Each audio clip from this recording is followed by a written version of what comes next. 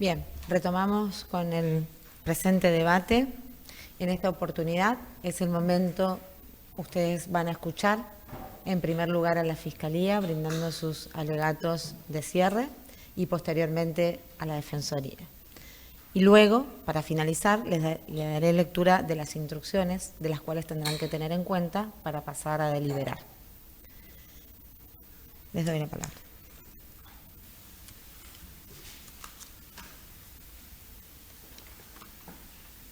Decía entonces que este Ministerio Público Fiscal considera que a través de todo lo que ustedes han visto y escuchado durante esta jornada de juicio, hemos tenido por probado tanto la ocurrencia de los hechos tal cual como les fueron relatados al principio de esta audiencia, como también la autoría de Manuel Jesús Pardo en estos hechos. En primer lugar, quiero recordarles respecto de las convenciones probatorias, que si bien se les leyeron al principio de la audiencia, es bueno recordárselas, las hemos ubicado en orden cronológico para que las tengan más presentes. El día de ayer el doctor Díaz Mayer les explicó durante la audiencia de selección de jurados qué son las convenciones probatorias.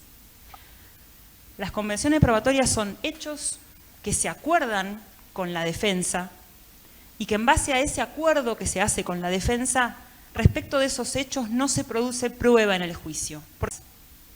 Es decir, que todo esto que yo les voy a referir a continuación son hechos que se dan por probados y que ustedes van a tener que tener en cuenta y considerar justamente como cuestiones probadas al momento de retirarse a deliberar. En primer lugar, debo referir que la primera convención probatoria es que Manuel Pardo, al momento del hecho, que ocurrió el día 9 de agosto, la madrugada del 9 de agosto de 2019, vivía en un galpón que estaba ubicado detrás de la vivienda de la víctima, de Leopoldo Villafañe, en el mismo predio en la localidad de Puyén. La segunda convención probatoria resulta ser que Manuel Pardo participó de una reunión en la casa de Leopoldo Villafañe entre la noche del 8 de agosto y la madrugada del 9 de agosto de 2019, que en esa reunión había otras personas, dos de las cuales vinieron a declarar como testigos en esta audiencia, y que consumieron bebidas alcohólicas, entre ellas vino, y que Pardo dejó sus huellas digitales en una de las botellas de vino que fueron encontradas en la vivienda de Villafañe. Estas huellas obviamente fueron levantadas por personal de criminalística y se determinó que correspondían con Pardo. Esto quiere decir justamente que se confirma la presencia de Pardo en la reunión que se llevó a cabo esa noche en la vivienda de Villafañe. Como tercer punto, se indicó que el día 9 de agosto de 2019, alrededor de las 4:30 de la mañana, la víctima, Leopoldo Villafañe, fue encontrado por personal policial en la avenida 1 de Mayo, entre avenida Los Halcones y el Chucao de Puyén, tal cual como nos refirió el empleado policial Morales, y que se encontraron manchas de sangre en el asfalto. Como cuarto punto, se indicó que Villafañe, la víctima, sufrió 5 heridas punzocortantes. Las heridas punzocortantes son las que se dan justamente con un elemento punzante que a la vez además de atravesar la piel, la corta y llega hasta una profundidad determinada. De este tipo de heridas, Villafañe sufrió 5. Una en el rostro, que ustedes la pudieron ver en el video, en la mejilla izquierda, desde el mentón hasta el pabellón auricular, es decir, hasta el pabellón de la oreja, con sección de la glándula parótida y el pabellón auricular, es decir, que una glándula que está ubicada en el cuello sufrió un corte y el pabellón de la oreja de Villafañe también. Esa lesión le atravesó el rostro, literalmente. Y también sufrió otras 2 heridas en el abdomen, una del lado derecho, otra del lado izquierdo, ustedes lo vieron, y 2 en los flancos, es decir, en los costados del torso, una del lado derecho y otra del lado izquierdo. Y que como consecuencia de la lesión que sufrió en el rostro, Villafañe sufrió una deformación grave y permanente. ¿Sí? Un médico dictaminó que justamente esa lesión que sufrió Villafañe se consideró una deformación grave y permanente del rostro. Es una cicatriz que no se cura y no tiene, provoca justamente una deformación anatómica y una deformación estética en el rostro.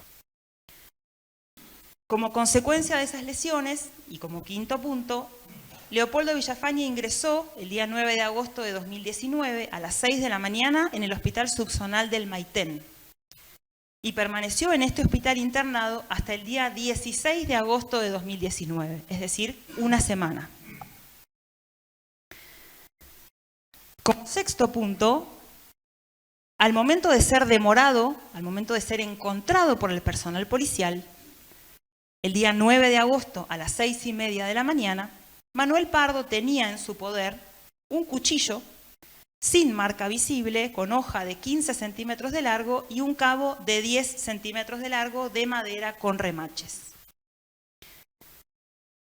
Como séptimo punto, Manuel Pardo, luego de ser aprehendido, demorado por el personal policial, fue examinado en el Hospital Rural de Puyén. Y el médico que lo examinó, a las 7 de la mañana del día 9 de agosto de 2019, indicó que tenía escoriaciones, raspones, en el rostro y en ambas rodillas. Esto es muy importante porque abona la teoría de esta fiscalía de que evidentemente el señor Pardo había participado en alguna pelea previo a su demora.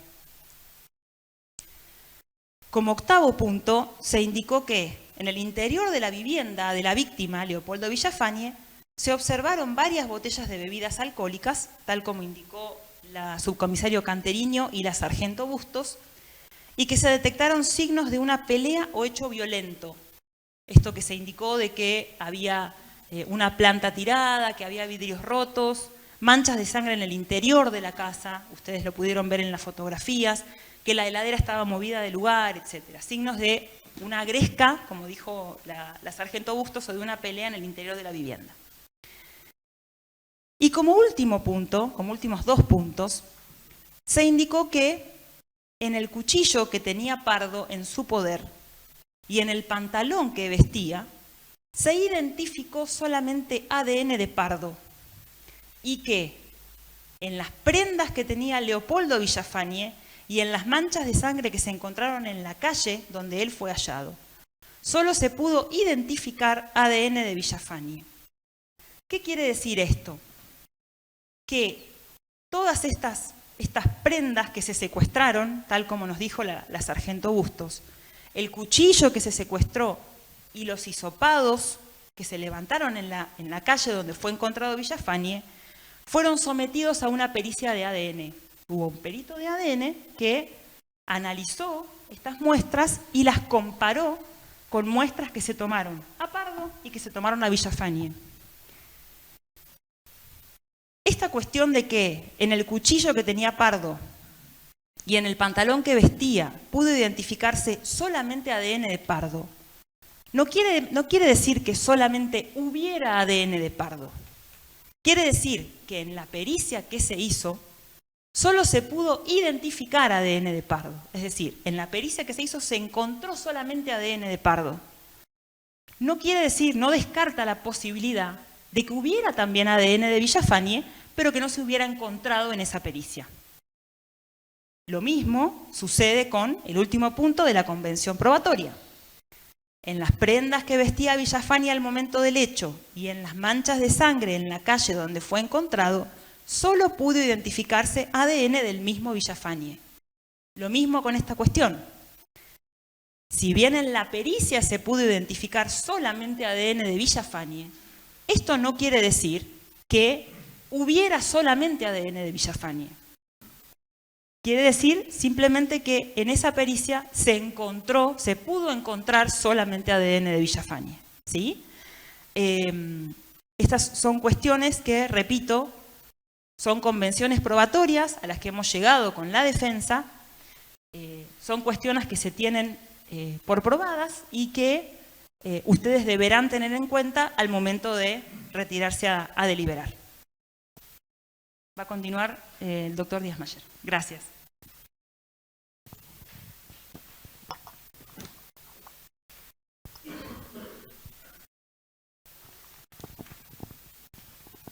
Bueno, ahora me toca un poco a mí.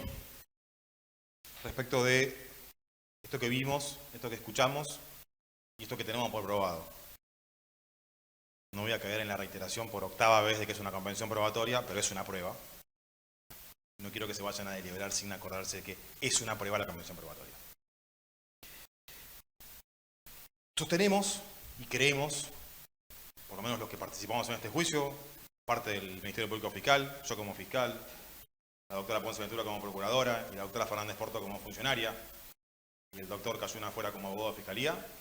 Estuvimos hace un rato, como ustedes estaban comiendo, nosotros también, y nos ocupamos de hacer los alegatos.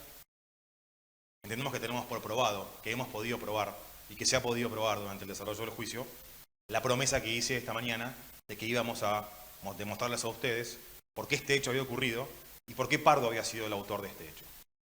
Las pruebas que se han podido llevar adelante son las declaraciones testimoniales que pudimos escuchar durante el transcurso de la mañana, algunas declaraciones donde pudimos ver fotos y ver un video, donde pudimos ver diferentes situaciones. La del video, de cómo había quedado Villafañe, con los cortes, en la cara por lo menos el video y cómo había quedado en la calle.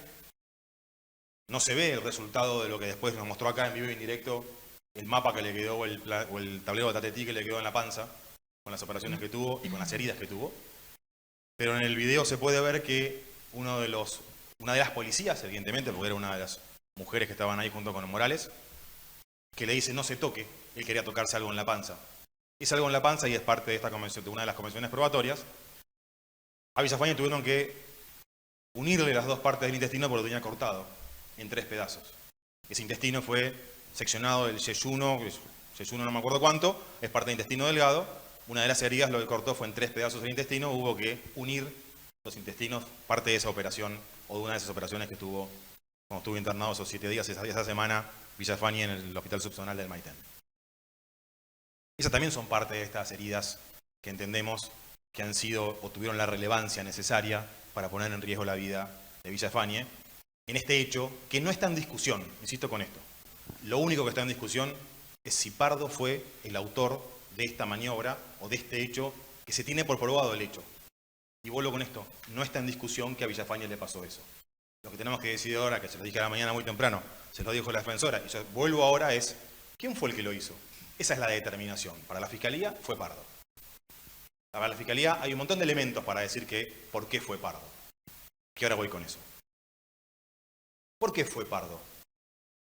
Lo nombra Villafañe, nos lo dijo Morales, antes del video, y por eso prende su teléfono a grabar, y surge también del video, que dice, hay 2 nombres, y dice mi hermano Pardo, en el video. Pero previo, Morales, donde hubo una intervención entre la Fiscalía y la Defensa de si correspondió o no que siga declarando Morales, el sargento de policía, hoy suboficial mayor, que era el encargado que estaba de guardia, que es el que le avisó a la comisario, Canteriño, de qué había pasado, de que es el primero que llega, y se entrevista con este hombre que está arrodillado en el adoquín en el asfalto, en el adoquín de la calle, y que le dice qué pasó, quién fue, y acá Morales dijo que Villafañe le dijo que había sido su hermano Pardo.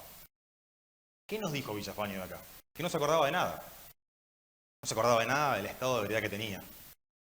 Más allá de lo que pudimos observar y ver en el video, Villafañe estaba en cuclillas, con la cara cortada, con la panza cortada, que tenía frío. No se puede ver si estaba totalmente ebrio o no estaba ebrio. Los que estuvieron acá hoy declarando dijeron que habían tomado bonito, que habían tomado bastante, que habían tomado mucho. Le dije 1, no, 10, capaz que tantas no, dijo uno de los testigos. Tomaron un montón, empezamos a tomar al mediodía en esta reunión política, en esta reunión del intendente Reato de Puyén, en agosto del 2019. Continuaron, fueron a comprar cuando iban a la casa y siguieron tocando la guitarra, aparentemente y el acordeón, en la casa de Villafañe y siguieron tomando. Cuando se puso medio pesado el ambiente, también surgió de lo que dijo Muñoz, el testigo de hoy, se empezaron a ir. Y Muñoz al irse le dijo a estos dos que se estaban discutiendo por una cerveza, porque habría de heladera, porque no habría de heladera, porque cuestiones aparte, que creo que es uno de los motivos, por cierto, no discutan más. Déjense de molestar, no discutan, váyanse a dormir. Ya se fue el último Muñoz, 1 a 2 de la mañana, y todos siguieron ahí en esa discusión o avanzando en esta acalorada discusión que tuvieron en ese momento de la noche. La Fiscalía entiende que no hubo una tercera persona que discutía con Villafañe, sino que la discusión se dio entre Pardo y Villafañe. Villafañe se defendió aparentemente con un rebenque, que fue lo que vimos en el video, un rebenque que tenía en una de sus manos, y Pardo con un cuchillo. El rebenque puede picar, pero el cuchillo corta. Entonces, la diferencia está en lo que vimos, en el video y en las fotos y en lo que vimos hoy, en el tablero batatetí que tiene en la panza Villafañe. Y además con el corte de rostro. Lo vimos hoy también en el video. Horrible como queda en el video. La verdad que es una imagen bastante fea, pero bueno, es parte de lo que nos toca a veces como desde la Fiscalía y en estos hechos así, en estos hechos penales, a veces nos toca ver sangre. A ustedes les tocó esta vez ser como jurado, como juez de los hechos. Esta cantidad de lesiones para la Fiscalía es suficiente. Esta cantidad de lesiones demuestra la intención del autor de querer matarlo a la otra persona. Le corta el intestino en 3 pedazos, si no venía la policía, se moría. ¿Por qué no termina de completarse el delito? Porque llega la policía para la Fiscalía. Escucha la sirena, lo que fuera, pero a partir de ahí Pardo no está. Cuando llega la policía, que para la Fiscalía Pardo fue el autor de este hecho, no lo encuentran a Pardo y lo encuentran no en su casa durmiendo, como dijo que estaba, se acostó a las 2 de la mañana, a la 1 se fue a dormir una siesta. Es una declaración no juramentada la del imputado. No está obligado a declarar en contra de sí mismo, claramente. ¿Es una garantía constitucional? Sí. No está obligado, ok. Pero no por eso tengo que darlo por cierto. Desde la Fiscalía no damos por cierto la versión que dio Pardo hoy acá en el juicio. Creemos, sostenemos, que el hecho sí lo cometió él, que siguió esta discusión, que Villafañe agarró un rebenque, que él se defendió con un cuchillo, o él atacó con un cuchillo y Villafañe se defendió con un rebenque. Como sea, las heridas las provocó. Y la posibilidad de haberse muerto de Villafañe es con motivo de las heridas que le provocó Pardo ese día, esa noche, esa madrugada, en el interior de la casa y afuera de su casa. De la casa de Villafañe, de la casa que ambos compartían. Que esta discusión también tiene que ver con eso. Porque estaba hace un mes y tenía que compartir. Escuchamos hoy cuando Villafañe decía que le había dado un galpón donde cuidaba caballos. Indigno, sí, capaz que sí. Pero al parecer Pardo no tenía otro lugar donde dormir. Pues había peleado con su patrón. Le dijo alguno también, algún testigo hoy acá. ¿Qué pasa con estas heridas? Más allá de la cantidad, la ubicación de estas heridas hacen que también se haya puesto en peligro la vida de Villafañe. Si la policía no hubiera llegado, se hubiera desangrado. Estaba ahí, no tenía forma de moverse donde estaba, en 4 patas, en la vereda, enfrente de su casa. Y solo llegó la policía a través de un llamado telefónico, donde un vecino dice que alguien se estaba quejando en la calle. Esto parte también de una convención probatoria. ¿Cómo llega la policía al lugar? Entonces, ¿por qué no se termina de cometer el delito y por qué queda en tentativa el delito de homicidio? Porque la policía llega, lo puede levantar, puede llamar a la ambulancia y se lo pueden llevar al hospital. Estuvo internado 1 semana y zafó. Sí, zafó, no se murió. Está acá por suerte. Estaríamos hablando de otro delito, sino un delito mucho más grave. Esto es una tentativa de homicidio para la Fiscalía. La ubicación de esta serie de lesiones han tocado, ha seccionado, ha cortado el intestino delgado que hubo que unir. Bueno, eso es un motivo suficiente para entender que un rato más y Villafañe se hubiera muerto. Estas estocadas, estos no son cortes, son hincadas de cuchillo, son estocadas, lo vimos hoy. Si hubiera sido un corte no le queda del color que le queda hoy en el cuerpo a este hombre que nos mostró hoy, que en algún momento yo quería que se desnude y nos mostrara a todos las lesiones. Lo hablé con la procuradora, con Ponce Ventura, de que sería bueno que se desnude. Y cuando ella se lo preguntó, este hombre no tuvo ningún empacho en sacarse la camisa, la remera y decir, para que vea las lesiones que me hizo. Para que la vea Pardo las lesiones que le hizo a él. Eso fue lo que nos dijo hoy Villafañe acá. ¿Qué nos ubica a Pardo en la casa de Villafañe? La declaración de Villafañe. La declaración de él. Él dice que vivía ahí, que dormía ahí. La declaración de Muñoz, el amigo de Pardo, que dijo que fueron juntos y que le había sacado un cuchillo. Tema aparte, cuchillos. Ahora vuelvo con eso. Muñoz dijo que fue el último que los vio discutiendo y le dijo, basta, déjense de pelear. Váyanse a descansar, váyanse a dormir. Eso también lo ubica a Pardo ahí y como última persona en la casa de Villafañe, dentro de la casa. Ya habían empezado a discutir cómo estaba la gente, cómo estaban tocando el acordeón, la guitarra, y siguió la discusión, no solamente por la heladera que se abría y sacaban la cerveza. La discusión siguió. No tenemos idea del por qué. Nadie nos puede contar el por qué. Villafañe estaba muy ebrio, porque queda feo decir que estaba muy en pedo, pero estaba ebrio, así queda bonito y queda mejor. ¿Quién también nos ubica a Pardo en la casa de Villafañe? Jaramillo. Jaramillo también ubica a Pardo ahí. A Pardo y a toda la demás gente. Y Jaramillo no dijo mucho o poco, no se acordaba mucho, no se acordaba que hubo un acordeón, no se acordaba que hubo una guitarra, que se habían juntado, pero que después de la reunión esta de la sede, que yo encima en chiste dije si era una sede en el club, me dijo no, una sede política. Estas situaciones nos ubican a Pardo en el lugar. A Pardo como última persona que estaba con Villafañe. La existencia de un tercer individuo que apareció 4 de la mañana. No, para mí poco creíble. Yo soy parte de la Fiscalía. Yo tengo que creer lo que por lo menos lo que tengo a la vista como una cuestión probatoria. Y aparte de una declaración no juramentada, no tengo por qué creerle. ¿Y por qué lo pongo a Pardo, o por qué lo ubico a Pardo como autor? Porque lo dijo Morales. El policía Morales, cuando llega a la escena del hecho, cuando lo encuentra a Villafañe arrodillado, le pregunta, ¿qué pasó? ¿Quién te lo hizo? Y él dijo, mi hermano Pardo. Para la Fiscalía, uno de los elementos principales para determinar la autoría en el hecho. El hecho no está en duda, estaba en duda la autoría hasta que este señor hoy nos dijo, y lo repitió, porque ya era parte de la investigación, la Fiscalía ya lo sabía, pero hasta que no se hiciera hoy acá, en este juicio, con un jurado, que Morales declare y diga lo que dijo, bueno, no se convertía en prueba, era un indicio probatorio, ahora es prueba. Ustedes escucharon, ustedes 12 o 14 o 16, escucharon que este hombre dijo, el policía, que escuchó de boca directa de Villafañe, que quien le había cortado y había hecho eso había sido Pardo.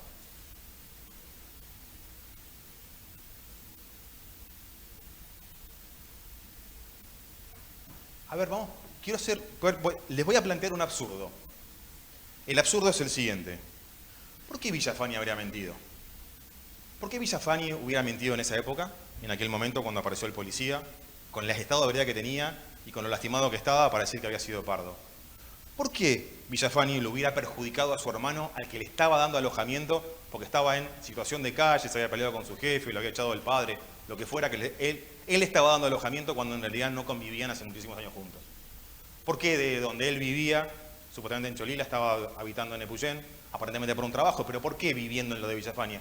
¿Por qué Villafañe le hubiera mentido o mintió para perjudicarlo cuando él en realidad lo estaba ayudando y asistiendo? En el absurdo. Voy por el absurdo, a ver, ¿por qué? ¿Por qué pensar que Villafañe está mintiendo? Si hubiera mentido y hubiera querido perjudicarlo, lo hubiera dicho de acá, que se acordaba que había sido Pardo el que le pegó las puñaladas, que le cortó la cara y demás. Hoy acá dijo que no se acordaba. ¿Por qué vamos a dudar de una declaración juramentada de la víctima que dice, no me acuerdo? Estaba tan ebrio que no me acuerdo. Sí, está bien, yo le creo a este hombre, porque si hubiera querido perjudicarlo a Pardo, le hubiera dicho, fue Pardo. Era el momento ideal para perjudicarlo. No lo quiere perjudicar. En el video surge, justamente, que lo que dice Villafañe es en el primer momento cuando llega la policía. Ahí es donde surge el autor material de este hecho. Si hubiera querido, lo hubiera hecho esta mañana acá, antes de sacarse la ropa, o después de que se desnudó, o cuando estaba de vuelta cambiado, que hubiera dicho que fue Pardo. Él dijo, no me acuerdo. No me acuerdo, no tengo recuerdo, no sé qué pasó. Eso fue el estado de ebriedad. Por eso, insisto con esto, en el absurdo, ¿por qué mintió 2019 y por qué no mintió hoy? Diciendo, como ya dije, fue Pardo, o quiero que sea Pardo, o me acuerdo ahora que fue Pardo, ahora tuvo un rayo de luz que me iluminó y me dijo, fue Pardo. No lo dijo, no me acuerdo.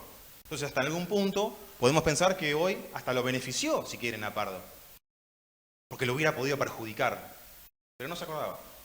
La verdad de él es que no se acordaba quién había sido el que le cortó, con quién se peleó. ¿Motivos? Y puede haber un montón. Cuestiones familiares, cuestiones de alojamiento, cuestiones de riencillas por plata, por gastos, por no gastos, por la cerveza en la heladera, no haber cerveza en la heladera, no labras que, no sé, no consumas lo que yo compro, no me gastes el agua del baño. Cualquier cosa, el motivo puede ser cualquiera. Hay muchas veces que los motivos no se conocen de por qué pasan las cosas que pasan en el derecho penal. El motivo no es determinante para decir, este es el motivo por el cual lo cortó, lo pisó, o lo mató, o lo quiso matar, como en este caso. Cuestión aparte es el tema de cuchillos, como recién les dije. Hoy le pregunté a Pardo si andaba con cuchillo acá en la audiencia, me dijo que no. Le pregunté si andaba con cuchillos, me dijo que no. Pero si hacen memoria de lo que pasó hoy acá, tenemos un cuchillo en poder de Pardo cuando estaban en la plaza, que se lo quedó Muñoz. Que dice que molestándolo, jodiéndolo, vio que tenía el cuchillo y se lo sacó. Y que después se manotearon y que se quería que se lo devuelva, no se lo devuelva, y no se lo devolvió. Cuchillo número 1. Cuchillo número 2. Los policías dijeron, no, y acá encontraron, creo que fue el sargento Bustos, encontró una vaina de un cuchillo en la escena del crimen. Vaina de un cuchillo. Cuchillo número 2. El cuchillo no apareció. El cuchillo 1 no se peritó. El cuchillo, porque lo tenía Muñoz y lo entregó al día siguiente, como dijo, se lo entregué a la policía al día siguiente. Cuchillo 2, hay una vaina. Cuchillo que no apareció. Vaina que apareció en el momento, en el lugar del hecho.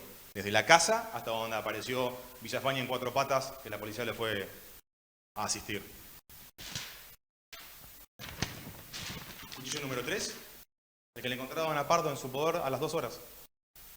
¿Pardo andaba sin cuchillo? No. Pardo tuvo en el transcurso de 6 horas 3 cuchillos para la fiscalía. El tercer cuchillo, el que le encontraron en su poder a Pardo cuando lo detuvieron, a las 6 de la mañana, no 4:30 cuando lo encuentran a Villafañe en cuclillas en la calle, ese cuchillo, yo negativo no tenía de Villafañe. Pero ¿qué pasa con el segundo cuchillo, el de la vaina? ¿Dónde está el cuchillo que tenía supuestamente Villafañe para defenderse, además del rebenque? En la escena del hecho no había un cuchillo. No vimos un cuchillo y la policía me dijo no había cuchillo. Me lo dijo Morales y me lo dijo Bustos. No había cuchillo. Bustos solamente me habló de una vaina. Cuchillo número 2 para la fiscalía. Cuchillo número 3, sí, a las 2 horas después, en poder de Pardo, un cuchillo. ¿Pardo no andaba con cuchillo? No, sí, Pardo andaba siempre con un cuchillo. O anduvo siempre con un cuchillo. O por ahí no anda hoy con un cuchillo. Pero eso no significa que no tenga cuchillo. Por todas estas cosas, por todas estas situaciones que les estoy planteando, estos son los motivos por los cuales la Fiscalía entiende que Pardo es el autor de la tentativa de homicidio a Villafañe el día 9 de agosto de 2019. Por estas circunstancias, ubicamos a Pardo en el lugar de los hechos y como autor de los hechos. Pardo es, para la Fiscalía, el autor material de las lesiones que pusieron en riesgo la vida de Villafañe, que si la policía no hubiera llegado, Villafañe estaría muerto, estaríamos hablando de un homicidio, no de una tentativa de homicidio. Todas estas circunstancias de la cantidad de lesiones y la ubicación de las lesiones, para la Fiscalía es motivo suficiente para demostrar que la intención de Pardo era matar a Villafañe, pero que no lo pudo matar por circunstancias ajenas a él. Es decir, justamente la figura de la tentativa, algo extraño, llegó que no le permitió que el delito se termine de completar. La intención estuvo de matarlo, no lo logró porque llegó la policía. Esa es la postura de la Fiscalía, esa es la teoría de la Fiscalía, esa es la teoría que sostiene la Fiscalía. Hemos evaluado un montón de posibilidades, tanto en nuestro curso de la investigación como hace un rato, cuando nosotros también estábamos comiendo. Hemos discutido con el equipo sobre la posibilidad de observar algún otro tipo de calificación o otro tipo de situación real que hubiera pasado. Podemos inventar un montón de situaciones. La verdad que no inventamos. Esta es la situación que entendemos que se dio en el mundo, en el plano en el que vivimos, sin inventar, sin agregarle situaciones, sin agregarle chimichurri a nada. Esto fue lo que pasó. Pardo quiso matar a su medio hermano, Villafañe, Leopoldo Villafañe. Ese día, esa noche, esa madrugada, después de una discusión, empezó en la casa y terminó en la vereda. Aparentemente Villafañe se quiso defender. No pudo defenderse mucho, evidentemente. Señores miembros del jurado, esta es la teoría de la Fiscalía. Entendemos que y solicitamos que pasen a deliberar, que tengan en cuenta todo lo que les conté y todo lo que les contó la doctora hace un rato, la doctora Ponce Ventura, la procuradora de la Fiscalía, que evalúen todas estas pruebas, que evalúen el análisis, que hagan el análisis cada uno de ustedes de todo esto que pudimos ver, escuchar, y estas convenciones probatorias no se olviden de esta parte que es muy importante. Les agradezco mucho que sean el jurado de los hechos y bueno, espero que estén de acuerdo con mi teoría y que no encuentren responsable a Pardo de este hecho tentativo de homicidio. Muchas gracias. Bien, muchas gracias. Doctora, ¿va a hacer uso del derecho a réplica o va directamente a alegar? Voy a alegar directamente haciendo algunas menciones, pero como parte del alegato de la defensa. Bien, muchas gracias. Adelante. Gracias. Buenas tardes. Lo que nos ha quedado claro hasta ahora es que la Fiscalía evidentemente está convencida de la teoría del caso que vino a presentar. No les voy a volver a hacer referencia a las convenciones probatorias, que ya las hemos repasado, son exactamente las que describió la doctora Ponce Ventura y a las que también hizo referencia el doctor Díaz Mayer. Simplemente quisiera reforzarles cuál es el punto que está en discusión, que es justamente respecto a quién causó estas heridas que la defensa ha convenido con la Fiscalía que existieron en el lugar y día que se señaló y en el lugar del cuerpo del señor Villafañe que también se señaló. Respecto de eso, quisiera ofrecerles un repaso breve de todas las pruebas que escuchamos en esta jornada, que tal vez se les ha hecho un poco larga, pero que ya estamos culminando. Primero quisiera destacar el testimonio del señor Muñoz, quien confirmó esta versión de los hechos que ya nos había dado el señor Pardo respecto a que tanto el señor Pardo como el señor Villafañe y otras personas estuvieron presentes en una reunión, en una sede política, y que luego el señor Pardo junto al señor Muñoz y a otra persona fueron a la plaza del pueblo a conectarse, a usar internet y a pasar un rato ahí. El señor Muñoz también fue bastante claro y preciso respecto al tratamiento que el señor Villafañe le daba al señor Pardo. Él mencionó que Villafañe solía enojarse por el uso que Pardo hacía de sus cosas en su casa, de una forma que a ellos les parecía exagerada para la falta supuesta que Pardo estaba cometiendo, y que además de alguna manera le mezquinaba cosas, no le permitía usar cosas, siendo que era, por decirlo así, un invitado en su casa. También destacó Muñoz que el señor Villafañe maltrataba al señor Pardo, que le gritaba y que lo trataba de mala manera.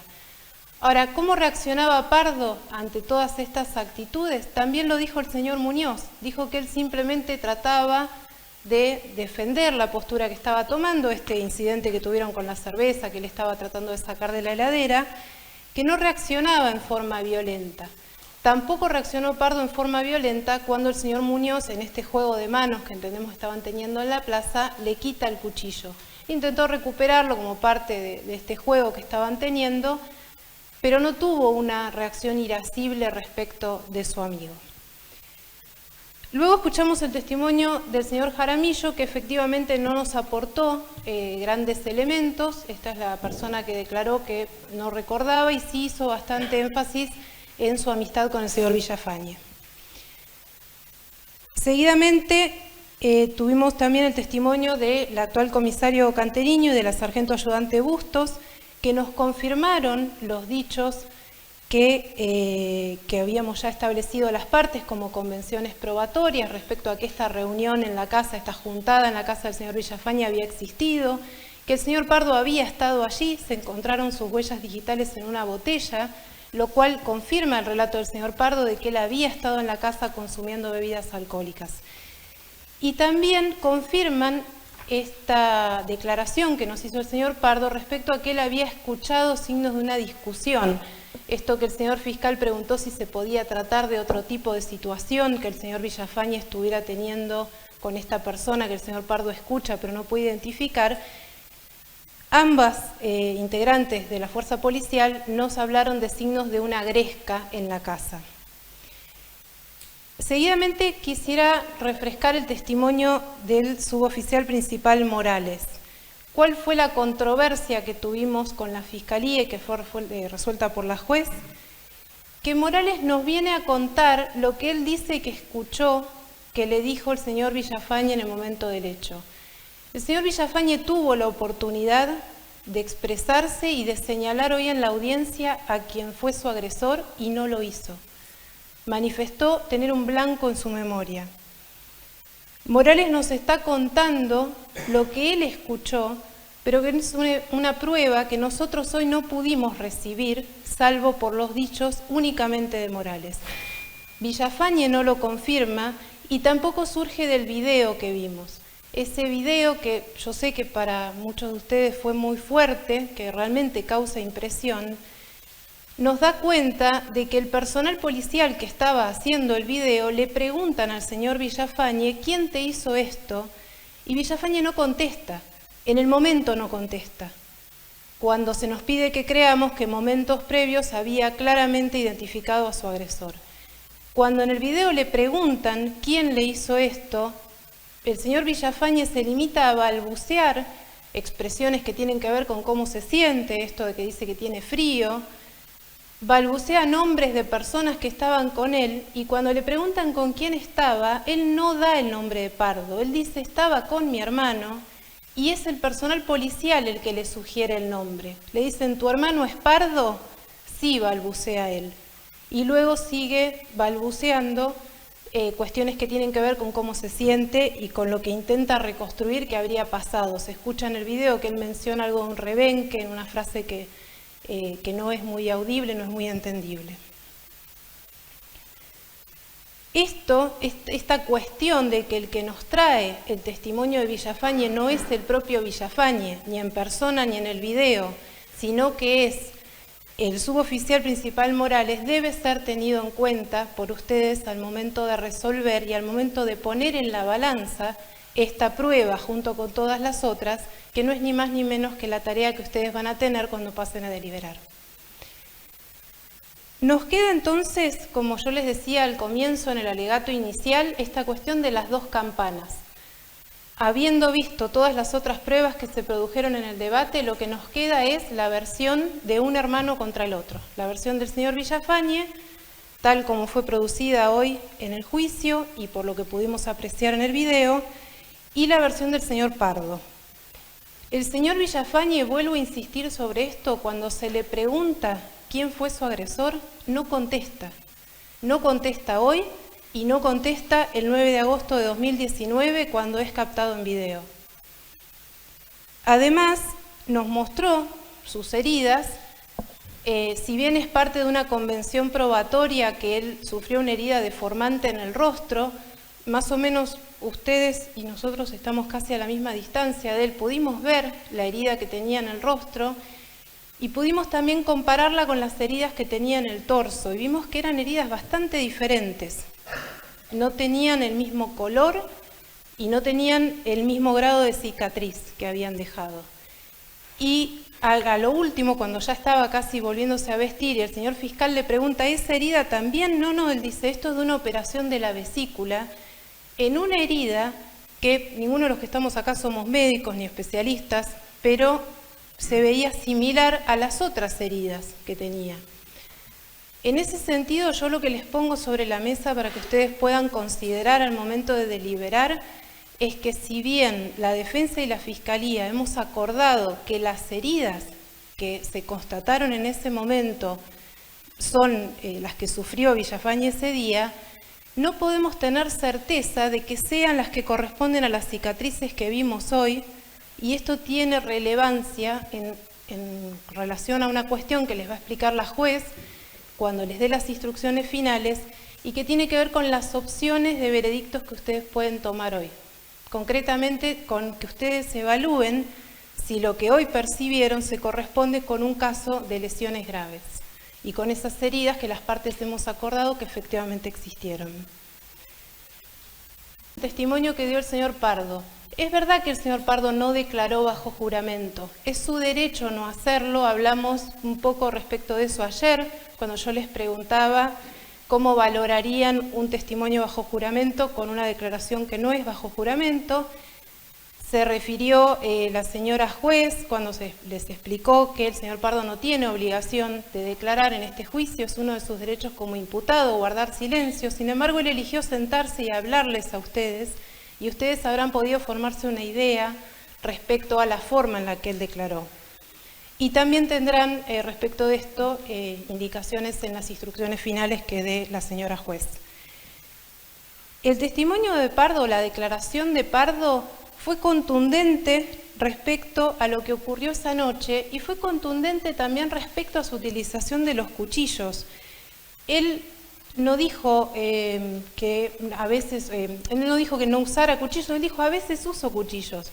Tenía un cuchillo que es el que le sacó Muñoz, tomó un segundo cuchillo esa noche, él explicó por qué y dio una explicación que es razonable respecto a que él iba a verificar la seguridad en una obra en construcción en la que anticipaba que podía encontrar problemas y entonces llevaba una herramienta de defensa.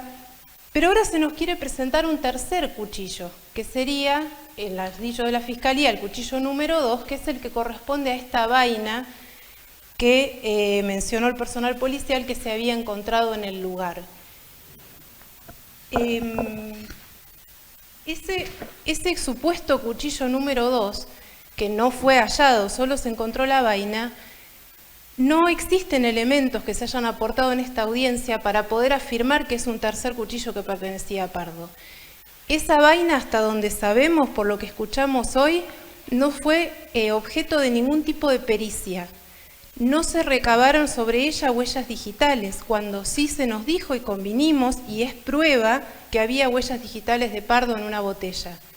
Esta vaina que aparece ahora, que la Fiscalía pretende introducir como una supuesta arma que se había utilizado para reforzarles esta idea de que el señor Pardo sería un hombre violento que suele andar armado, no puede razonablemente atribuirse al señor Pardo. No hay ningún elemento que pueda hacer pensar que esa vaina correspondía a un cuchillo que era de Pardo.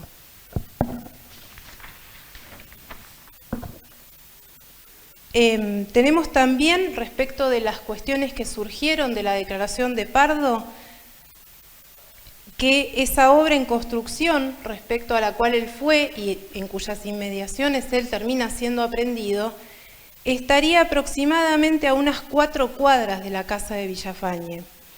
Este detalle de la distancia fue reforzado por la comisario Canteriño, quien dijo que Pardo fue aprehendido en un barrio cercano a la casa de Villafañe. Eso lo dijo la comisario, es decir, que se echa por tierra esta teoría de la Fiscalía de que Pardo habría lastimado a Villafañe, interrumpido su accionar por la llegada de la policía y huido para esconderse a esta obra en construcción. Este elemento o esta circunstancia de la distancia no solo fue reforzada por la comisario Canteriño, sino que no fue contradicha, es decir, que debemos aceptarla como comprobada.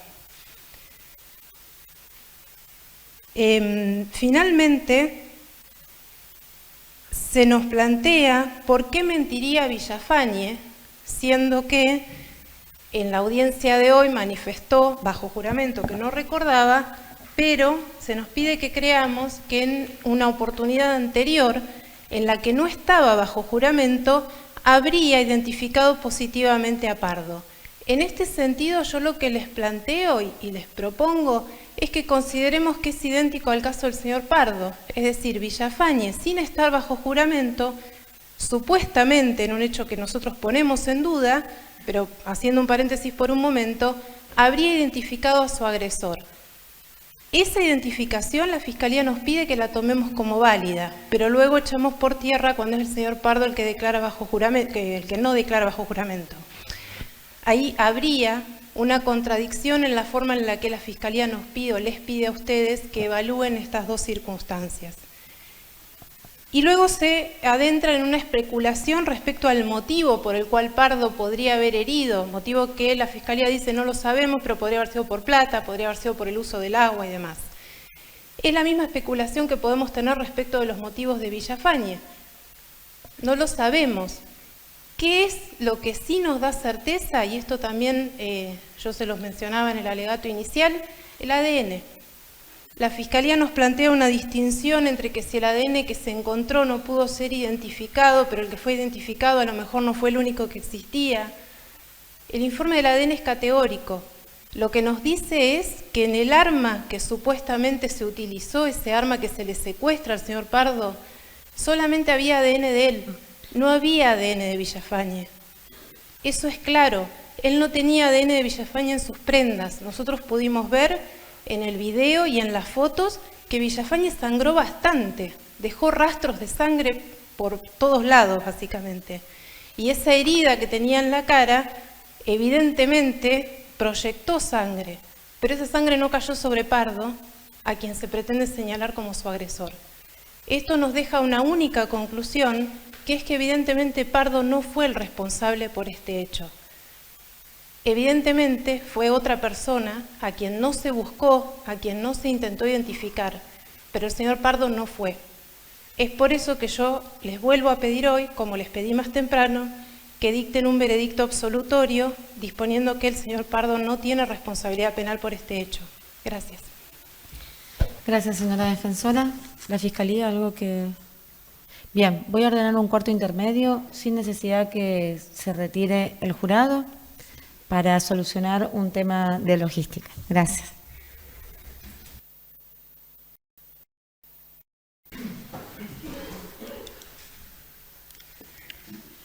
Reanudamos entonces. Voy a proceder a leerles las instrucciones finales. Obligaciones de los miembros del jurado. Miembros del jurado, quiero agradecerles por su atención durante el juicio. Lo han hecho con toda atención y responsabilidad. Presten atención a las instrucciones que les estoy por dar. Les daré copia por escrito para que puedan consultar ante cualquier duda que les surja en la deliberación. Cuando comenzamos este juicio y en diferentes instancias del mismo, los instruí acerca de algunas reglas legales de aplicación general. Dichas instrucciones siguen siendo aplicables. Ahora les daré algunas instrucciones más. Considérenlas como un todo, no deben considerar algunas más importantes que otras. Todas revisten la misma importancia, a menos que yo les diga otra cosa. Es importante que escuchen muy atentamente todas estas instrucciones. Las imparto nada más que para ayudarlos en la toma de la decisión, pero nunca para decirles qué decisión deben tomar. Obligaciones del juez y del jurado. En todo juicio penal con jurados hay dos jueces. Yo soy una, ustedes son el otro. Yo soy la jueza del derecho, ustedes son los jueces de los hechos. Como jueces de los hechos, su principal deber es decidir cuál de los hechos son los hechos en este caso. Ustedes tomarán una decisión teniendo en cuenta toda la prueba presentada durante el transcurso del juicio. Ustedes están facultados a sacar conclusiones derivadas de su sentido común, siempre que estén basadas en la prueba que ustedes observaron y escucharon durante el juicio. Decidir los hechos es su exclusiva tarea, no la mía. Yo no puedo participar de modo alguno en esa decisión. Por favor, ignoren lo que pueda haber dicho o haber hecho que los haga pensar que prefiero un veredicto por sobre otro. La prueba no tiene que dar respuesta a todos los interrogantes surgidos en este caso. Ustedes solo deben decidir aquellas cuestiones que sean esenciales para decidir si los delitos han sido o no probados, más allá de duda razonable. Deberán además aplicarle a los hechos que ustedes determinen la ley que yo les impartiré en estas instrucciones. Es absolutamente necesario que ustedes comprendan, acepten y apliquen la ley tal cual yo se las doy y no como ustedes piensan que es o como les gustaría a ustedes que fuera. Esto es muy importante porque la justicia requiere que a cada persona juzgada por el mismo delito lo traten de igual modo y le apliquen la misma ley. Sus decisiones son secretas. Ustedes no dan sus razones. Nadie registra nada de lo que ustedes digan en sus discusiones. Por último, deben saber que el jurado es independiente, soberano e indiscutiblemente responsable por su veredicto, libre de cualquier interferencia o presiones del tribunal, de las partes o de cualquier otra persona por sus decisiones. Ningún jurado podrá ser jamás castigado o sujeto a penalidad alguna por los veredictos que rindan, a menos que aparezca que lo decidieron sobornados. Improcedencia de información externa. Ustedes deberán ignorar por completo cualquier información radial, televisiva o proveniente de periódicos, telefonía celular o internet, tales como mensajes de texto, correo electrónico o cualquier tipo de red social que hayan escuchado, leído o visto sobre este caso o sobre cualquiera de las personas involucradas. Dichos informes y cualquier otra información externa a la sala del juicio acerca del caso no constituyen prueba. No consulten a terceros ajenos al jurado, ni mucho menos posteen fotos, comentarios, mensajes de textos u opiniones por las redes sociales. Solo ustedes y no los medios de comunicación o cualquier otra persona son los únicos jueces de los hechos. Irrelevancia de prejuicio o lástima.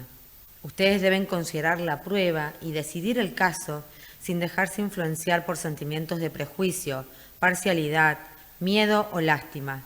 No deben dejarse influenciar por la opinión pública. Irrelevancia del castigo. Esto no tiene nada que ver con su tarea, la cual consiste en determinar si la Fiscalía ha probado la culpabilidad de Manuel Jesús Pardo más allá de toda duda razonable. La pena no tiene lugar en sus deliberaciones o en su decisión. Si ustedes encontraran a Manuel Jesús Pardo culpable del delito que se le imputa, es mi tarea, no la de ustedes, decidir cuál es la pena apropiada. Tarea del jurado. Cuando entren a la sala del jurado para comenzar sus deliberaciones, es muy importante que ninguno de ustedes empiece diciéndoles al resto del jurado que ya tiene una decisión tomada y que no la modificará a pesar de lo que puedan decir los demás. Es su deber hablar entre ustedes y escuchar el uno al otro. Discutan y analicen la prueba. Expongan sus propios puntos de vista. Escuchen lo que los demás tienen para decir e intenten llegar a un acuerdo si esto es posible. Cada uno de ustedes debe decidir el caso de manera individual. Sin embargo, deben hacerlo solo después de haber considerado la prueba conjuntamente con los demás jurados y deben haber aplicado la ley tal cual yo se las explicaré. Durante sus deliberaciones, no duden en reconsiderar sus propias opiniones. Modifiquen sus puntos de vista si encuentran que están equivocados. No obstante, no abandonen sus honestas convicciones solo porque otros piensan diferente. No cambien de opinión solo para terminar de una buena vez con el caso. Procedimiento para efectuar preguntas. Durante sus deliberaciones, les sugiere alguna pregunta, por favor, escríbanlas y entréguenlas al oficial de custodia, quien permanecerá en la puerta de entrada de su sala de deliberaciones. El oficial de custodia me entregará las preguntas, yo las analizaré junto con las partes, luego ustedes serán traídos de vuelta a la sala de juicio. Sus preguntas serán repetidas y yo las contestaré en la medida que la ley la permita a la mayor brevedad posible. Recuerden siempre, jamás le digan a nadie en las notas que ustedes mandan con sus dudas cómo están las posturas en el jurado. Requisitos del veredicto. Su veredicto debe ser unánime.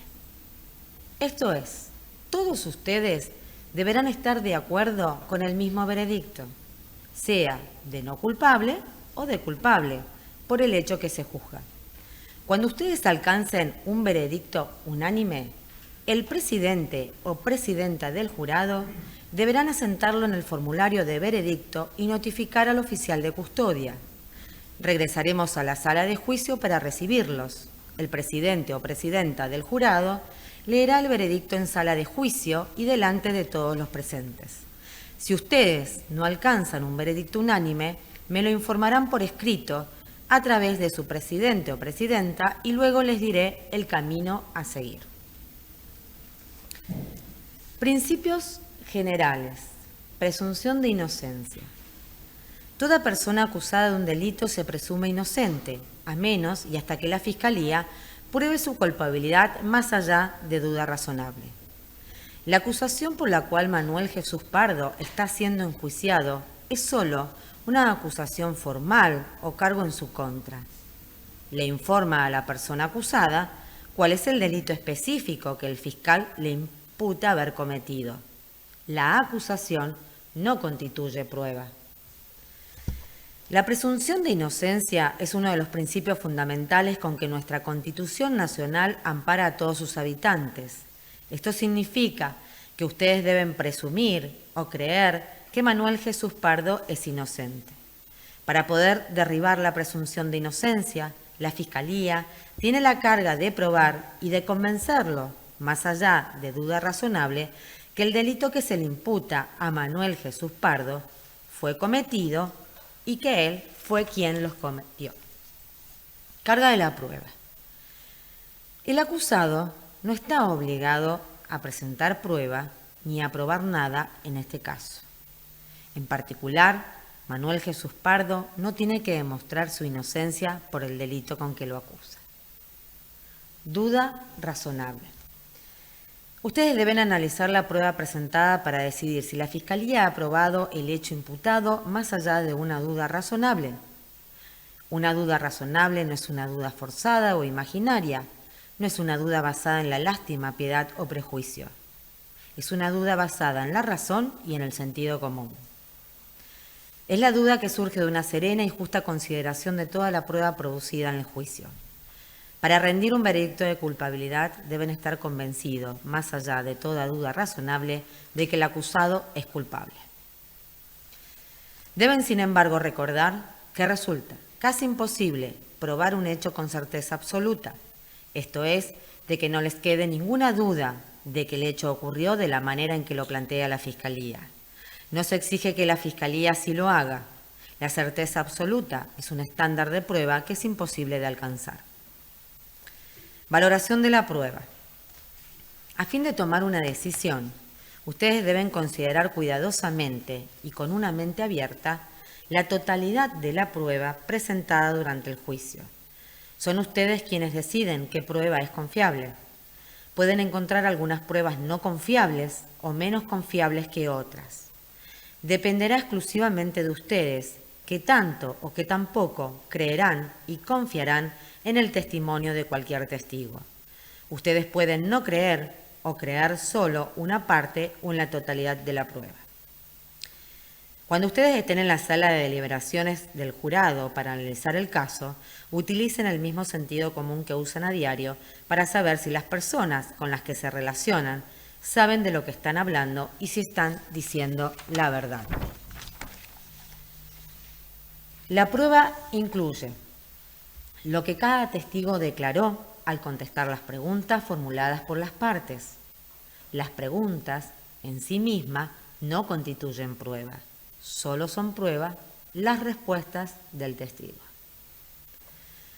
Lo que declaró el acusado en el juicio también es prueba a ser valorada por ustedes, pero a diferencia de los testigos, no declara bajo juramento, por lo que podrá decir en su defensa cosas verdaderas o falsas sin que ello implique la comisión de delito alguno. No es prueba la información externa, lo que digan las partes, ni lo que yo les diga. Solo deben considerar lo que vieron, oyeron y percibieron a través de las personas que se han presentado. Estipulaciones, convenciones o acuerdos probatorios. La prueba también incluye las estipulaciones. Se llama estipulaciones, convenciones o acuerdos probatorios a los hechos que las partes acordaron dar por probados. Ustedes deben considerar esos hechos como prueba. En este caso, las partes estuvieron de acuerdo en relación a los siguientes hechos. 1. Que Leopoldo Villafañe fue ingresado en fecha 9 de agosto del 2019 a las 6 horas en el Hospital Subzonal del Maitén y permaneció internado hasta el 16 de agosto del 2019. 2. Que Leopoldo Villafañe sufrió 5 heridas punzocortantes en el rostro, mejilla izquierda, desde el mentón hasta el pabellón auricular, con sección de glándula parótida y pabellón auricular, el abdomen, lado derecho e izquierdo, y los flancos, lado derecho e izquierdo. Como consecuencia de esas lesiones, sufrió una deformación grave y permanente del rostro. 3. que Manuel Pardo fue examinado en el Hospital Rural de Epuyén en fecha 9 de agosto del 2019 a las 7 horas, constatándose que presentaba escoriaciones en el rostro y ambas rodillas. 4. Que al momento de ser demorado por personal policial, el día 9 de agosto de 2019 a las 6:26 horas, Manuel Pardo portaba un cuchillo sin marca visible, con hoja de 15 centímetros de largo y cabo de 10,5 centímetros de largo de madera con remaches. 5. Que el día 9 de agosto del 2019 a las 4:30 horas, Leopoldo Vidafañe fue encontrado por personal policial en Avenida 1 de Mayo, entre Avenida Los Halcones y el Chucau de Epuyén, donde se encontraron manchas de sangre en el asfalto. 6. Que en el interior de la vivienda de Leopoldo Vidafañe se observaron varias botellas de bebidas alcohólicas y se detectaron signos de una pelea o hecho violento. 7. Que Manuel Pardo, al momento del hecho, vivía en un galpón ubicado detrás de la vivienda de Vidafañe en el mismo predio. 8. Que Manuel Pardo participó de una reunión en la casa de Leopoldo Vidafañe entre la noche del 8 de agosto y la madrugada del 9 de agosto del 2019, en la que había otras personas y que consumió vino, dejando sus huellas digitales en una botella. 9. Que el cuchillo que tenía Manuel Pardo, como también en el pantalón que vestía, pudo identificarse solamente ADN de Pardo. 10. Que en las prendas que vestía Leopoldo Vidafañe al momento del hecho y en las manchas de sangre en la calle donde fue encontrado, solo pudo identificarse ADN de Vidafañe. Definición de lo que no es prueba. Los cargos que la Fiscalía les expuso y que ustedes escucharon al comienzo de este caso no son prueba. Tampoco es prueba nada de lo que yo o las partes hayamos dicho durante este juicio, incluyendo lo que yo les estoy diciendo ahora. En ocasiones durante el juicio, tanto la parte acusadora y la defensa objetaron preguntas que el otro le efectuó a un testigo. Lo que las partes hayan dicho al formular o contestar dicha pregunta no es prueba. Tampoco deben darle importancia al hecho de que yo haya declarado procedente o no la objeción. Sus anotaciones no son prueba. El único propósito por el cual ustedes pueden usar sus notas durante sus deliberaciones es para ayudarlos a recordar lo que el testigo dijo o mostró, por ejemplo, en la exhibición de alguna prueba material. Es importante recordar que las anotaciones pertenecen a quien las tomó y a ninguna otra persona. Las mismas pueden coincidir o no con los recuerdos de los demás jurados sobre la prueba presentada. No adhieran a la opinión de aquel jurado que sea o que parezca ser el que ha tomado las mejores anotaciones. Las anotaciones no toman decisiones, las decisiones la toman los jurados. Prueba directa y prueba circunstancial. En ciertas ocasiones, los testigos nos cuentan lo que vieron o escucharon personalmente. Por ejemplo, un testigo podría decir que vio que llovía afuera. Esto se denomina prueba directa. Sin embargo, a menudo los testigos declaran cosas respecto de las cuales a ustedes se les pedirá que saquen ciertas conclusiones. Por ejemplo, un testigo podría decir que vio entrar a alguien con un impermeable y un paraguas, ambos mojados y goteando. Si ustedes le creen a ese testigo, podrían concluir que afuera llovía a pesar que la evidencia sea indirecta. La prueba indirecta es llamada a veces prueba circunstancial. Ninguna es necesariamente mejor o peor que la otra. En cada caso, su tarea es decidir a qué conclusiones llegarán basándose en la prueba como un todo.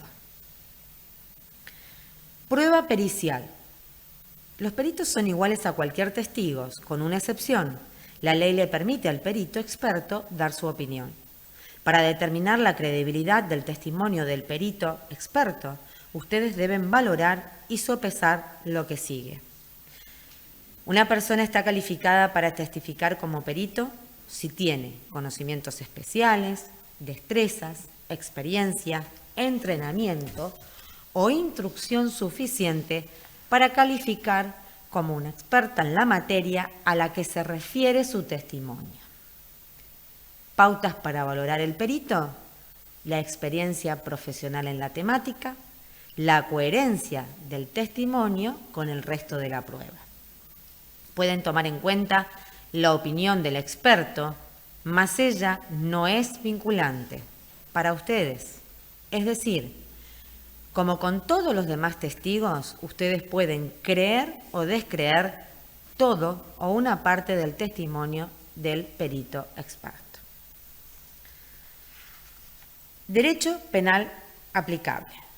La acusación, según la cual se juzga a Manuel Jesús Pardo, alega que cometió el hecho que la Fiscalía ha calificado legalmente de tentativa de homicidio simple. La defensa ha planteado que Manuel Jesús Pardo no fue el autor del hecho. Dicho de otro modo, Manuel Jesús Pardo no cometió el delito que se le imputa. En el presente juicio, el hecho ocurrió, no está discutido entre las partes. Sí deberán determinar si el acusado lo cometió o no. Es el fiscal quien deberá probar más allá de toda duda razonable que Manuel Jesús Pardo fue el autor. No es responsabilidad del acusado probar su inocencia. Si ustedes estuvieran duda razonable respecto a que el acusado fue el autor, deben directamente declararlo no culpable del hecho alegado. Tentativa de homicidio simple. Para que pueda probarse que se ha cometido este delito de tentativa de homicidio simple, es necesario que la Fiscalía haya probado más allá de duda razonable los siguientes 3 elementos. Primero, que el acusado Manuel Jesús Pardo intentó matar a Leopoldo Villafañe. Segundo, Manuel Jesús Pardo, pese a querer matarlo, no lo logró por razones ajenas a su voluntad. 3, que el acusado actuó con intención de matar a Leopoldo Villafañe. Homicidio lo define la ley como quien matare a otro. Intención de matar exige la decidida conciencia y voluntad de llevarlo a cabo. La intención de matar debe formarse antes del hecho. Esa intención es una cuestión de hecho a ser exclusivamente determinada por ustedes a través de la prueba. Pueden llegar a sus propias conclusiones sobre la existencia o ausencia de intención de matar a otro. Corresponde a la Fiscalía probar más allá de duda razonable la existencia de la intención de matar de Manuel Jesús Pardo. Siendo la intención un estado mental, la misma puede surgir de toda la prueba rendida en el juicio o pueden ustedes deducirla tanto de los actos y circunstancias que rodearon el hecho como de la conducta del imputado Pardo, que permitan inferir racionalmente la existencia o ausencia de esa intención. Tentativa. Se refiere cuando una persona quiere cometer un delito, como en el caso matar, pero por causas ajenas a la voluntad del imputado, no se concreta el delito, o sea, en el presente, la víctima no muere. Delito menor incluido. Al valorar la prueba para decidir el veredicto, ustedes deben considerar la posibilidad de que, a pesar de que la prueba pueda no convencerlos que Manuel Jesús Pardo cometió el delito principal, en el caso tentativa de homicidio simple, por el cual se lo acusa, puede que haya prueba de que cometió otros actos que constituirían un delito menor incluido en el delito principal. En síntesis, si ustedes estiman, luego de un análisis cuidadoso de toda la prueba presentada y admitida, y de conformidad con las instrucciones que les he impartido, que el Ministerio Fiscal no probó, más allá de duda razonable, todos los elementos del delito de tentativa de homicidio simple, pero probó que tuvo la intención de lesionarlo gravemente, el delito menor incluido es el de lesiones graves. Para que pueda probarse que se ha cometido este delito, es necesario que la Fiscalía haya probado, más allá de duda razonable, los siguientes 3 elementos. El acusado lesionó a Leopoldo Villafañe y al hacerlo puso en peligro su vida y lo inutilizó para el trabajo por más de un mes. 2. Las lesiones graves de Leopoldo Villafañe fueron causadas por la acción del acusado. 3. El acusado tuvo la intención de lesionar gravemente a Leopoldo Villafañe. Lesiones graves son las que ocasionan un daño en el cuerpo o en la salud de una persona o ponen en peligro la vida de la víctima o la inutilizan para el trabajo por más de un mes. Respecto a la intención, remítanse a lo ya explicado precedentemente. En conclusión, el jurado deberá analizar las pruebas y determinar si el acusado intentó matar a Leopoldo Villafañe o si lo que buscó intencionalmente fue lesionarlo gravemente. Modo de decisión. Si después de analizar cuidadosamente toda la prueba presentada y admitida y de conformidad con las instrucciones que le he impartido, ustedes están convencidos de que la Fiscalía ha probado, más allá de duda razonable, que el acusado ha cometido el hecho que se le imputa, deberán rendir un veredicto de culpabilidad por el delito de tentativa de homicidio simple, opción número 1. Si luego de un análisis cuidadoso de toda la prueba presentada y admitida y de conformidad con las instrucciones que les he impartido, ustedes estiman que la Fiscalía no probó, más allá de duda razonable, que el acusado tuvo la intención de matar a Leopoldo Villafañe, pero que sí probó, más allá de toda duda razonable, que lo que quiso hacer intencionalmente fue lesionarlo gravemente, deberán rendir un veredicto de culpabilidad por el delito menor incluido de lesiones graves, opción número 2.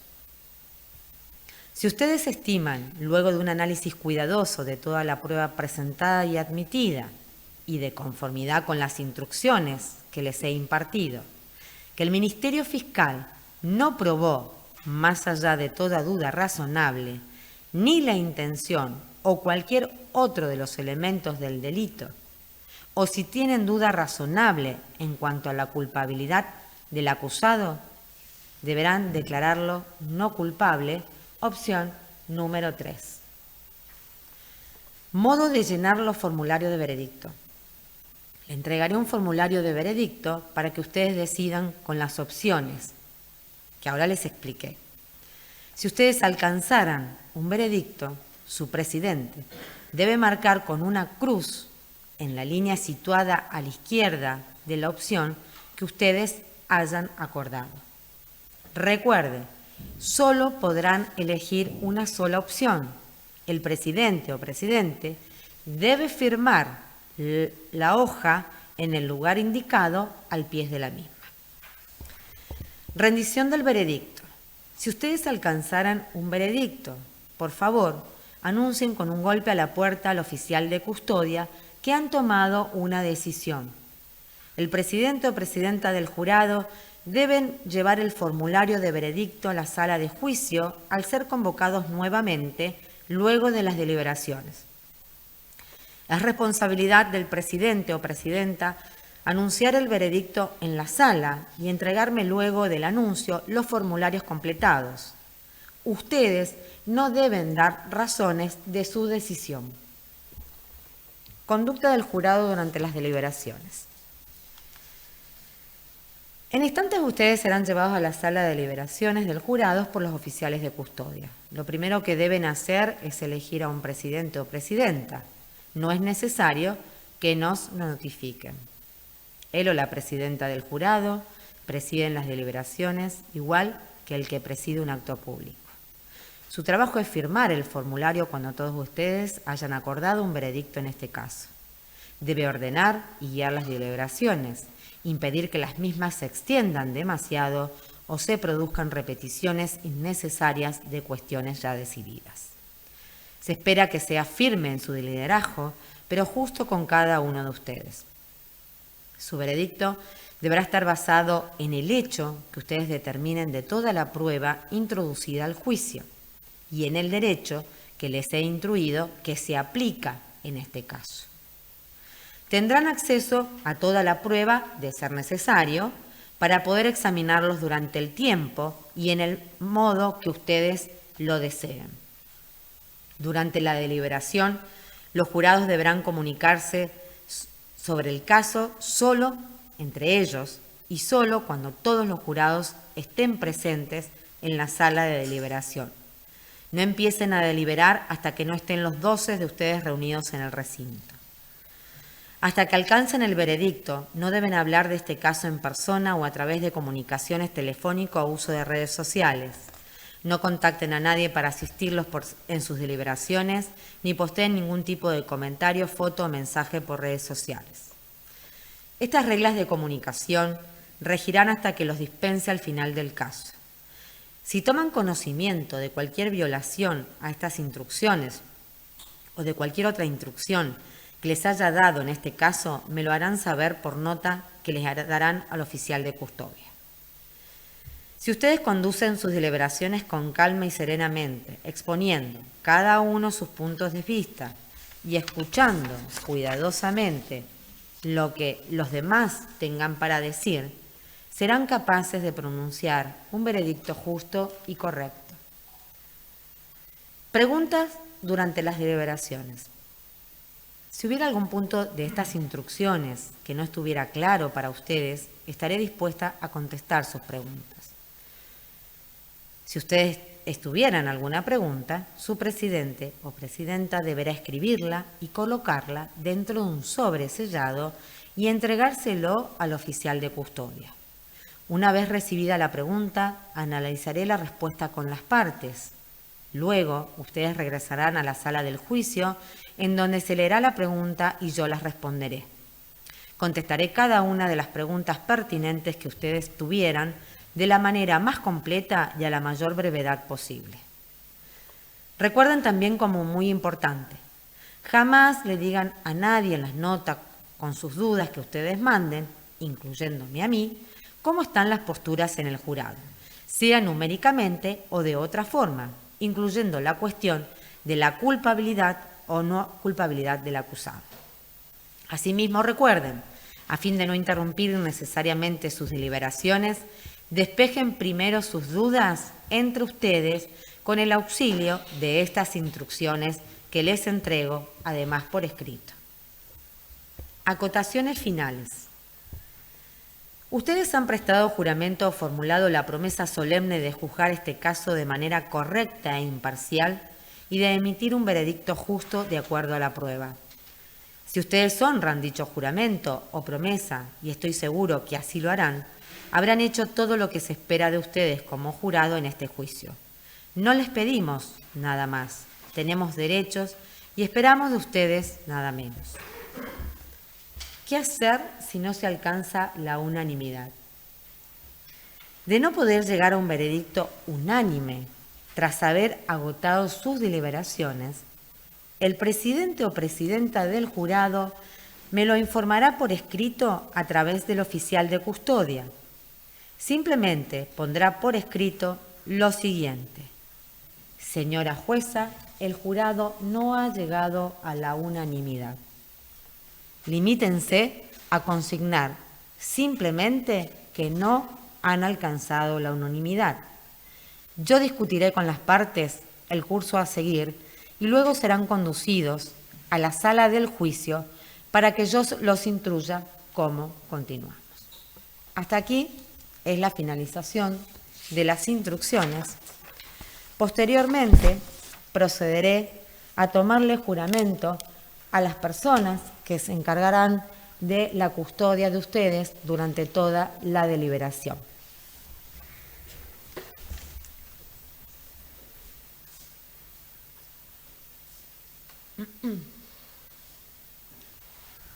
Luciana Garat, Sixto Lefipam, ustedes han sido designados como oficiales de custodia del jurado.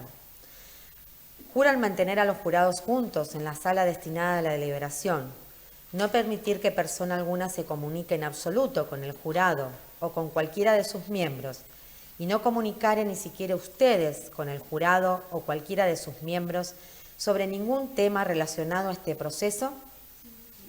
Bien, muchas gracias. En primer momento voy a dispensar a los jurados suplentes. No se pueden retirar, simplemente van a quedar apartados y serán conducidos posteriormente a un lugar mientras que los jurados titulares se encuentren deliberando. Bien, en este sentido damos un cuarto intermedio y se procede a la deliberación. Sí, quiero hacerles saber también que el tiempo mínimo es de 2 horas. Esto significa que siendo las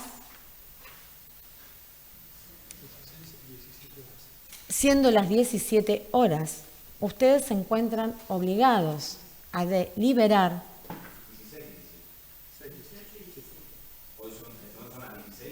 Son las 16 y 17. Bien, a partir de este momento, y en realidad desde que entran a la sala de deliberaciones, se cuentan 2 horas. 2 horas que nunca pueden ser menores. Tienen la obligación que durante 2 horas ustedes se encuentren deliberando. Eso no es un tiempo máximo. Si ustedes necesitan deliberar más de 2 horas para tomar la decisión en el caso, es sin tiempo. Por supuesto que ante cualquier duda que les sugiera, nos la harán llevar, como yo ya les expliqué, y les daremos las respuestas o cómo vamos a continuar. Con respecto al veredicto, generalmente, y a los fines de una mayor claridad, se los voy a exhibir en presencia de las partes, bien, donde ustedes podrán ver que tienen 3 opciones que yo recientemente les leí en las instrucciones. Cuando ustedes, después de culminar la deliberación, hayan optado en forma unánime solo una de ellas, el presidente elegido por ustedes o presidenta deberá marcar con una cruz en la opción que ustedes llegaron a la unanimidad. Posteriormente, lo firma el presidente, lo guardan en el sobre, lo sellan y se lo dan al oficial de custodia. ¿Han podido comprender la manera de...? Bien. Entonces, pasamos ya a deliberación. Pueden retirarse, nos ponemos de pie para despedirlos.